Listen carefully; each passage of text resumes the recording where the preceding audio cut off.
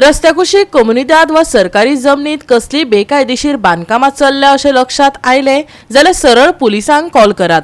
Deputy collector, पंचायतीचो talathi, सेक्रेटरीक बरोबर घेवन वचून कारवाय करतले। मुख्यमंत्री दोतोर प्रमोद सावंतान सांगला। रस्त्याकुशीच्या बेकायदेशीर बांधकामाची उच्च न्यायालयान दखल घेतल्या। ते संबंधात सरकाराक आदेशय दिल्यात।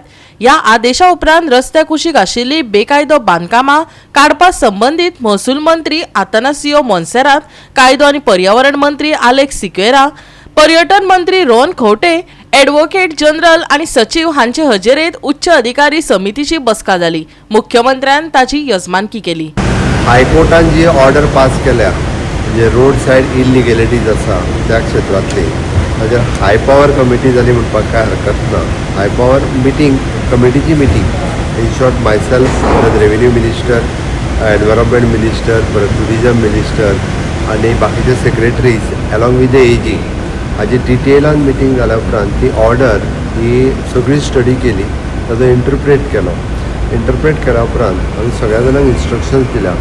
ॲट प्रेझेंट हॅन्स फोर्थ कसलीच इलिगॅलिटीज खंयसरूच ना रोड सायड, ना कोमुदातीच्या लँडात, ना गव्हर्मेंटाच्या लँडात कोणाकूच करूंक मेळची ना। आनी केली आसत जाल्यार सद्या पयलीं 100 नंबर डायल करून पुलिसेक इन्फॉर्म करप आनी पुलिसेक इन्फॉर्म केल्या उपरांत deputy collector, police, revenue, talathi, secretary पंचायतीचो हे वचून ताजेर एक्शन घेतले आनी हायकोर्टाक वांगडाच कळयतले हाज्या फुडें जी करूंक जाय तरी। दुसरी गजाल, आत्तां नॅशनल हायवे, स्टेट हायवे आनी रस्त्याक तेकोन जे आसा पळय सामके कमर्शियल एस्टाब्लिशमेंट जे रस्त्याक तेंकल्या तांकां नोटिसीस ज्यो आहा पळय हायकोर्टाच्या ऑर्डरी खातीर सरकार काडिना, परत एक सांगता हायकोर्टाच्या ऑर्डरी खातीर तांकां नोटिसी काडटले आनी 15 दिसाच्या भितर तांच्यांनी एक तर शिफ्ट जावपाक जाय, नाजाल्यार आपले एस्टाब्लिशमेंट दुसरे कडेन शिफ्ट करपाक जाय। ओके, रोड सायड आसतले इलिगॅलिटीज परत सांगता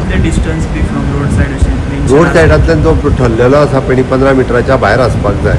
ओके, तांच्यांनी हे स्ट्रक्चर करूंक शकना। ते टेम्पररी स्ट्रक्चर आसत किंवा परमनंट स्ट्रक्चर आसत, तांच्यांनी तांकां नोटिसीस पंचायती इश्यू करतले आनी परत ते वेळ पडलो जाल्यार ताजे अकॉर्डिंग टू दॅट ताजेर जी कितें एक्शन घेवपाक जाय ते घेतली। बाकीची सगळी हे कसो आहा पळय जे कोमुनिदाद घरां आसतली बाकीचे सगळी ताजेर स्टडी सुरू आसा।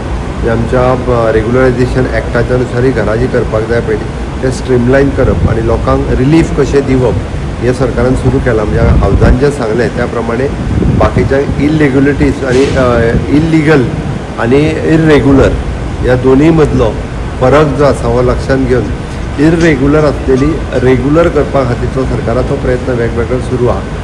इल्लिगल आसलेले रेग्युलर जावचे ना, ते इल्लिगलूच उरतले म्हणून सरकार एकंदर म्हणजे पॉलिसी डिसिजन म्हण किंवा लेजिस्लेचर म्हण हे इन फ्युचर हाडटले।